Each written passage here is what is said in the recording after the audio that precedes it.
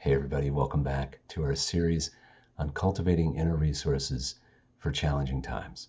I'm really glad that you're here. I hope you're doing okay out there, taking care of yourselves, taking care of your hearts, staying healthy and safe. So all this week, we are talking about the conversations that we have, conversations with ourselves, with others, with life. And today we're talking about the conversation that we have with life. And the theme is the drive of life. And the poem that came to mind today is a powerful one. It's from Mary Oliver. It's called The Fourth Sign of the Zodiac. And it's about a kind of conversation with life. As I read it today, of course, just allow yourself to settle into this space and allow the words to settle into you however they need to.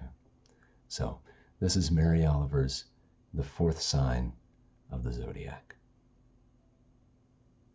Part 1. Why should I have been surprised?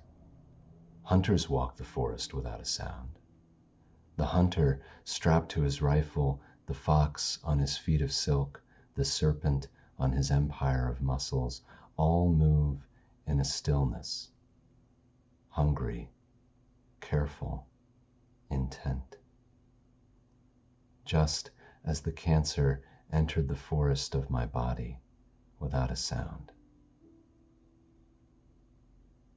Part 2. The question is, what will it be like after the last day? Will I float into the sky, or will I fray within the earth or a river, remembering nothing? How desperate I would be if I couldn't remember the sun rising, if I couldn't remember trees, rivers, if I couldn't even remember, beloved, your beloved name. Part 3. I know you never intended to be in this world, but you're in it all the same. So why not get started immediately? I mean, belonging to it. There's so much to admire, to weep over, and to write music or poems about. Bless the feet that take you to and fro. Bless the eyes and the listening ears. Bless the tongue, the marvel of taste. Bless touching. You could live 100 years. It's happened. Or not. I am speaking from the fortunate platform of many years, none of which I think I ever wasted. Do you need a prod? Do you need a little darkness to get you going? Let me be urgent as a knife then, and remind you of Keats, so single of purpose and thinking for a while he had a lifetime. Part 4. Late yesterday afternoon, in the heat, all the fragile blue flowers in the bloom in the shrubs in the yard next door had tumbled from the shrubs and lay wrinkled and fading in the grass. But this morning, the shrubs were full of the blue flowers again. There wasn't a single one on the grass. How, I wondered, did they roll back up to the branches, that fiercely wanting, as we all do, just a little more of life?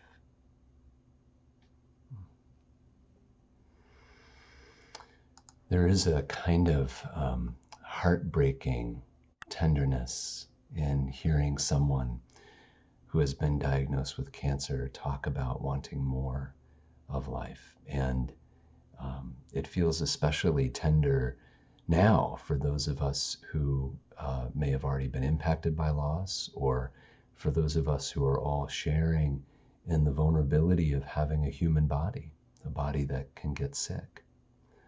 You know, I imagine that a lot of us could connect to that feeling of wanting a little more of life right now. And Mary Oliver, who by the way, went on to live another 7 years after her diagnosis, she is evoking that tenderness, but she's also evoking a deeper awareness, it seems, of the drive we have, not just to survive, but to grow and to flourish, you know, even under hard circumstances. Um, we're all engaged in a conversation now with life, a life that has brought us a virus that is keeping us from each other, that's physically narrowing our worlds and our freedoms, and is threatening or taking the lives of people that we love. It's not a conversation that we wanted, and we're having it whether we know it or not, whether we want it or not. It's a conversation in which it would be natural to ask, why is this happening? When will this end? Am I going to be okay? It's one of those conversations that just the mere presence of it reminds us of the preciousness of life. It's one that can provoke some tender but very important questions. What do I want to do with my life? How do I want to spend my time? How do I want to be remembered by the people I interacted with?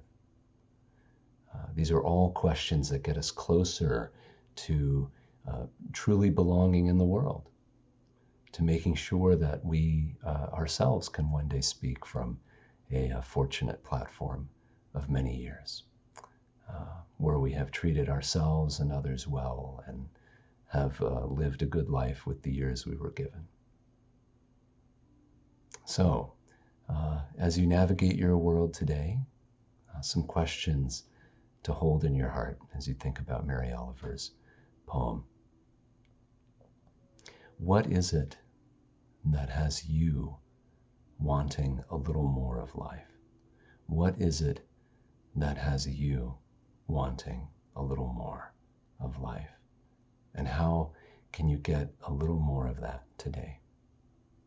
How can you get a little more of that today? I wish you luck in that pursuit. I hope you're doing well. I hope you're taking care of yourselves.